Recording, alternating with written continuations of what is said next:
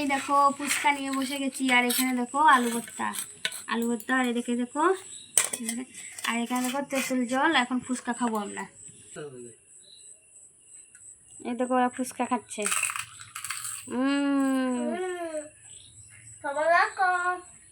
পাপা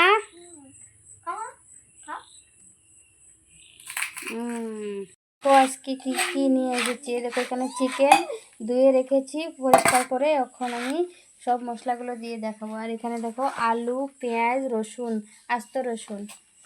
আর এই যে এখানে দেখো রসুন, আদা, কাঁচা লঙ্কা কুচে রেখেছি। ওখানে এক এক করে দিয়ে দেবো।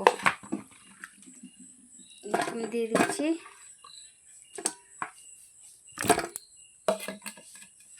আর এখানে দেবো এই যে কুচি করে রেখেছি আলু, এরপরে লঙ্কার গুঁড়ো সব দিয়ে দিচ্ছি। মশলা দাও। এই দেখো আমি হলুদ গুঁড়ো দিয়ে দিচ্ছি 1 চামচ, হাফ চামচ দিচ্ছি, 1 চামচ দিলাম। আর এই দেখো জিরার গুঁড়ো দিয়ে দিচ্ছি, জিরার গুঁড়ো দিয়ে আর দেবো ধনিয়ার গুঁড়ো দিয়ে দিচ্ছি। আর এখন দেবো লঙ্কার গুঁড়ো।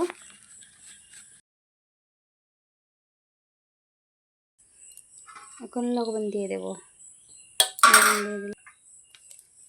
আর এখানে দেখো তেল দিয়ে দিচ্ছি। এই দেখো তেল দিয়ে দিলাম। আমার মেয়ে হেল্প করছে আমাকে। আর এখন দেখো আমি একটু ছেড়ে দিয়ে ভালো করে মিক্স করে নেব। দেখো তোমরা সাথে থাকো, আমি মিক্স করি। এই দেখো আমার মাখানো হয়ে গেছে। এখন কড়াইটা চাপিয়ে দিয়েছি, এখন তেলে দিয়ে দেবো। এই দেখো আগে ফুচকা ভেজেছিলাম দিচ্ছি। এখন মাংসগুলো তেল গরম হয়ে গেছে, এখন আমি দিয়ে দেবো। মাংসগুলো দিয়ে দিচ্ছি। এই দেখো দিয়ে দিলাম। এখন একটু নেড়ে করে নেবো। একটু ভালো করে তেলের সাথে মিশিয়ে দেবো। এরপরে বাকি দেখবো, এরপরে দেখে দেবো। এমনি তো আমি ভালো করে আগে মিক্স করে নিয়েছি। হয়ে গেছে আমার। এখন ভালো করে মিক্স করা। এখন আমি রেখে দেবো সবগুলোকে একসাথে করে। এখন আমি ডাকে এই দেখো আমার চিকেনগুলো কত সিদ্ধ হয়ে একবারে কম হয়ে গেছে।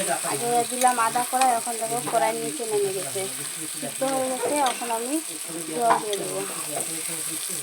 দেবো। এরপরে আমার মোটামুটি হয়ে গেছে।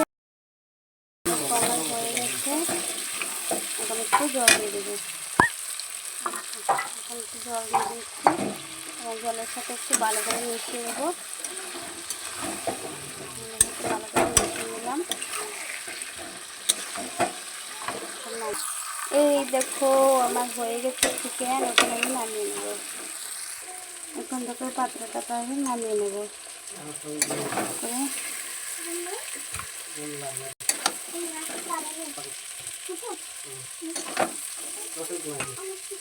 নামিয়ে নিচ্ছি,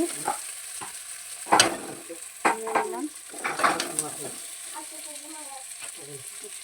কষা মাংস নামিয়ে নিয়েছি।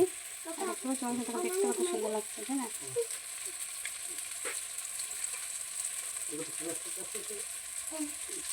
মাংসের সাথে রুটি করে নিয়েছি।